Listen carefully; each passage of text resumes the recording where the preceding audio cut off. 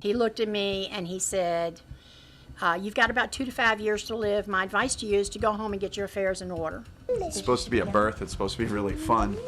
And, that's not how it was ending up. It told me I should never have any more children. I should quit nursing.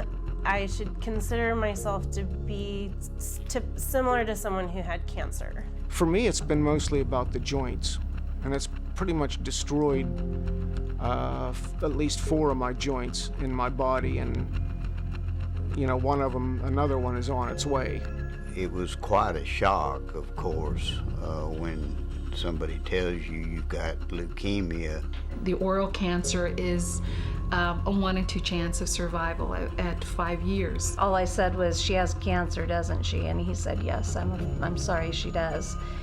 Quinn, who's sort of severe hemophilia, has exactly 1 protein in his blood that's not being formed correctly by his body, and so that has to be injected directly into his veins. Most of the time mine is in my stomach. Bent over, puking, severe cramps. 2 weeks out of the month, sick, very sick. I talk to him just because I want to be sure that he's not passed in the night or anything like that. I'm afraid to go to sleep at night because I'm afraid that Katie won't wake up. And I'm afraid to wake up in the morning and find out whether she did or not. Not only is it the issues and the challenges that you face due to the illnesses, but then on top of that, you start getting these bills. We just bought a house before he was born, and expecting to have 2 incomes, and we're only going to have 1 income now, and so how are we going to pay the insurance premiums and things like that? So you have a 12-year-old baby girl who has got a cancer that is so bad, if she doesn't get her medicines, she's just not going to make it.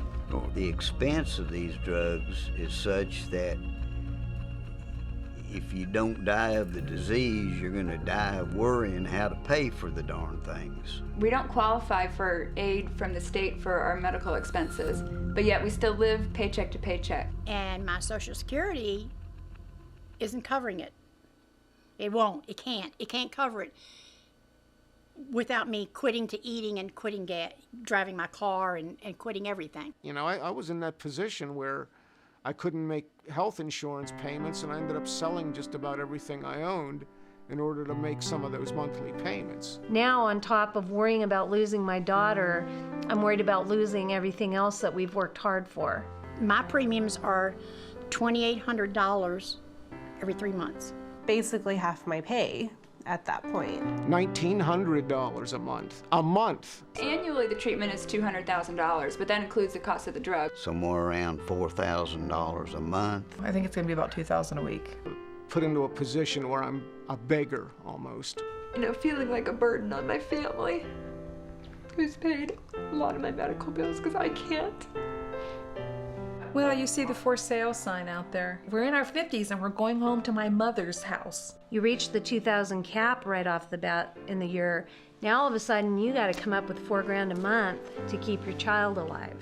I understand what these people are going through. I was going through it in my own life at one time. And I thought, well, if there's only a way that I could stop this from happening and help people to afford their premiums or to afford their treatments during a period of time, kind of like a safety net. And that's the great story of PSI. It saves people from financial ruin. It allows them to get the medication they need. It gives them an increased quality of life. I've had a woman call me and say, if you are unable to provide support for me, I would literally die. It's just that serious. That motivates me. I'll knock on every door. I'll do whatever I can because that's motivating.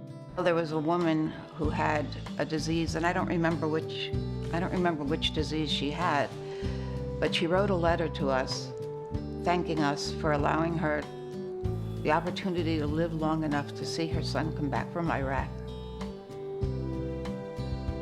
Yeah, that would be it. To know that you've bought enough time for somebody to see their child one more time, that's it. PSI was just a lifesaver. They really were. He wouldn't be sitting here now. They're the people who keep me where I am. Just knowing it was possible, it gave me hope.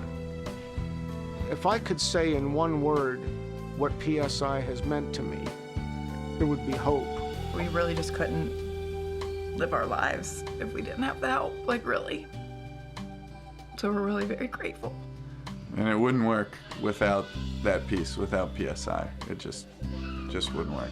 Not like this. We get one more Christmas with her, and PSI is, you know, the Lord and PSI is who we have to thank, because we couldn't have afforded her chemo.